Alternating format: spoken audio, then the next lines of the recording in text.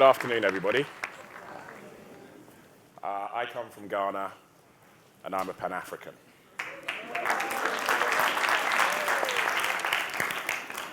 Kwame Nkrumah is my man. Although I must say that in facing forward and moving forwards from here, I'd rather think that we're not going to use a bicycle. I kind of have sort of a Ferrari in mind, because I want to move forward a little quicker than we have done in the past. On a more personal note, my father was a commercial airline pilot. And one of the visionaries of Africa, Kwame Nkrumah, as we all know, was overthrown in the mid-60s. He was on a visit to China to try and see what they were doing. And I think the popular opinion is that the West, when he was in the East, decided he was becoming way too powerful, his ideas were far too engaging, and the strength with which he was galvanizing the African people was creating another powerful economic force, and therefore they worked to overthrow him. My father was with him in China, and in an exhibition that we had giving on his life next year in Ghana, in one of the letters he wrote to my mother, he explained how on the way back they heard that Kwame Nkrumah had been overthrown, and of the frantic phone calls that they made to try and find somewhere for them to land, to drop off Kwame Nkrumah so he could bring the airplane back to Ghana. I was born here in the UK, left at the age of 8 to go back to Ghana, and did all of my education over there, and got most of my influences whilst I was in Ghana. Those days, and still today, I'm a ferocious reader. And the good thing about my day job is that I have to consume enormous amounts of information to try and get an understanding of the trajectory of both countries and companies, get an understanding of the sustainability of business plans, and actually make investments on behalf of those who trust their monies with us. But when I was growing up, we had huge intellectual thinkers like Kwame Nkrumah. We had huge intellectual thinkers like Marcus Garvey. One of my favorite books, still of all time, is Walter Rodney's How Europe Underdeveloped Africa.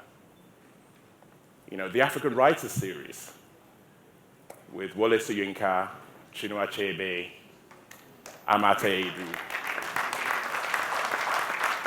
Kenneth Kaunda, drove, and still today, drive a lot of my abilities and my skill set. They gave me a pride and a sense of what could be achieved. And at that time, when a lot of African countries were going through independence, there was essentially a blank sheet of paper. And one of the things they were trying to do was define what Africa should look like for the rest of their lives, and try and infuse that on others. And one of the things I'd like to talk about today is where have those African intellectuals gone? Because we seem to have outsourced the intellectual thinking and the debates about the structure of our continent, who should be doing what, to others. If you walk into any government office, or you walk into any development agency in the continent, our countries are being defined by institutions like the World Bank, like the IMF, Jeffrey Sachs, Paul Collier, Bono, Geldof. You know, our kids are being inspired by the likes of Kim Kardashian. We've all, you know, last year, you know, the word of the year last year was the selfie. You know, and it frustrates me that we have a huge history, we have a huge culture, and yet none of that seems to apply in defining the way forward for us as Africans. And yet we've taken all these models of other people's successes, be it China, be it India, be it, you know, America, be it Europe, and we've discarded our own history and our culture. And it's through adopting these institutions that we continue to trip over the African rising story.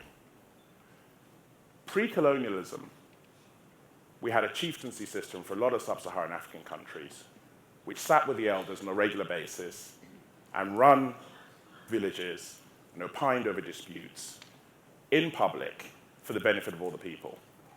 These days we have the state, we have the judiciary, they have been separated, they don't communicate, and we've lost that ability, especially in our rural areas, to take those traditions and meld them into something which is a new way.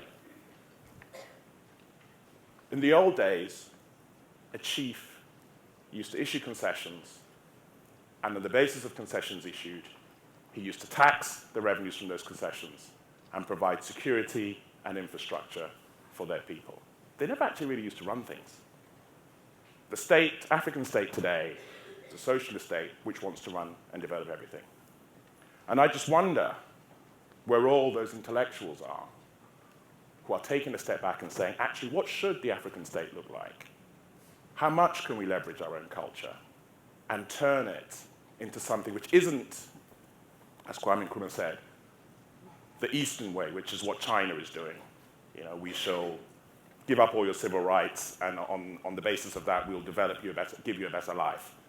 Or what the West is doing, which just says every man must have a vote, regardless of whether you're capable of exercising in an appropriate way. I don't know what the answer is. I'd like to think I do, but I don't. But the one thing I do know is that there are an awful lot of smart people in this room who spend absolutely no time thinking about the institutions that we have and whether they're fit for purpose. This year's been a bit of a challenge for the Africa Rising story. But there are certain commonalities that go with that. So talk about Ebola. The biggest issue about Ebola is the lack of institutions that have caused the continued spread. And I wonder if our intellectuals have thought long and hard about how to deliver healthcare in a tribal rural area, whether we'd have a different system which would have stopped Ebola spreading the way it did. You can't maybe stop it from starting, but maybe you can stop it much quicker. If you look at what's happening with Al-Shabaab, if you look at what's happening with Boko Haram, a lot of the reason behind these, I guess, groups festering is because there are no institutions in those areas to provide for the needs of the people. And so these things are allowed to fester, and out of desperation, people turn to do other things. We have this huge demograph, which the whole world is envious of. Half the population under the age of 21, 700 million people under the age of 25. And yet we have this educational system which we inherited from the colonials, where 70% of the kids who leave formal education end up functionally illiterate. Most of the children who leave formal education under the age of 15 are taught skills which they cannot use. I mean, let's be honest with ourselves. The state is not going to be able to provide jobs for all of these young kids. So who's sitting back and saying, you know what? If a kid's only going to be in school for 5 or 6 years, what are we going to teach them? Are we really going to keep on teaching them these pure subjects, which are absolutely no use, or actually going to take a step back, change the curriculum, and teach them something different, so that they can increase the yield on their father's farm, so that they can maybe deliver, maybe not just say deliver babies, but actually provide primary health care.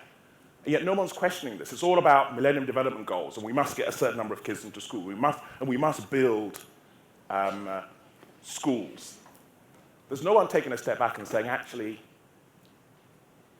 maybe we should spend less money building some of these institutions and more money thinking about what we've got. You know, we have laterite coming out of our ears, and yet everybody wants to live in a cement-based house. And, you know, in my village back home,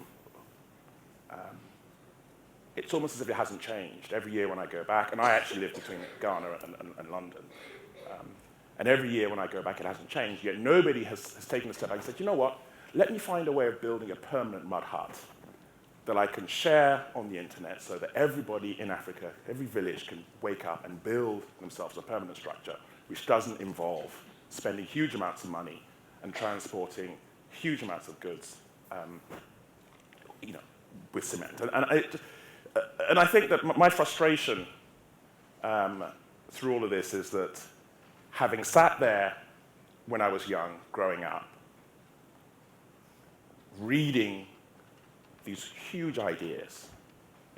30 years on, we're still talking about Kwame Nkrumah. Who's the next Kwame Nkrumah? Who's the next Kenneth Kaunda? Who's the next Walter Rodney? Who's the next Dubois? Where are these thinkers? Fortunately, there's a new generation of leaders. Mo Ibrahim, Tony Elumelu, Obasanjo, Strive. Whether you like it or not, regardless of what he has done, or you think he has done, he is definitely participating in changing the face of Africa. And there is a new set of thinking coming along. But for you young guys who are thinking about developing careers, I think one of the things that you have to seriously think about is challenging the status quo. And it isn't acceptable to assume that, for example, 2, 3-year, 4-year, 5-year terms for our leaders is good enough. Maybe it's 1 7-year term. Who's challenging that notion? Who's researching it? Who's looking at how governments work? And who's deciding that actually maybe it should be different? And as such, let's propose something which is well researched. Maybe we have a new structure of government where a chief sits in parliament rather than be excluded from. Why are we excluding them? Let's all be honest with us. You go to almost any African country. A lot of people, half the population vote along tribal lines, and yet we exclude the chiefs from the political process. It makes no sense. It's somebody else's ideas, somebody else's history. When are we going to take a step back and think about ours and maybe adapt what we've had for use today? So, as I travel around the continent, and we continue to talk about the We Face Forward agenda for all of us. And as we leave here today, I'd like to think that a little bit more thought gets placed on whether the institutions we have are fit for purpose, whether they demand or need a change, and if they do demand a change, what is that change going to be? And hopefully, on the message board upstairs, there'll be a few people who raise their hands and say, guess what? That idea is going to come from me. Thank you.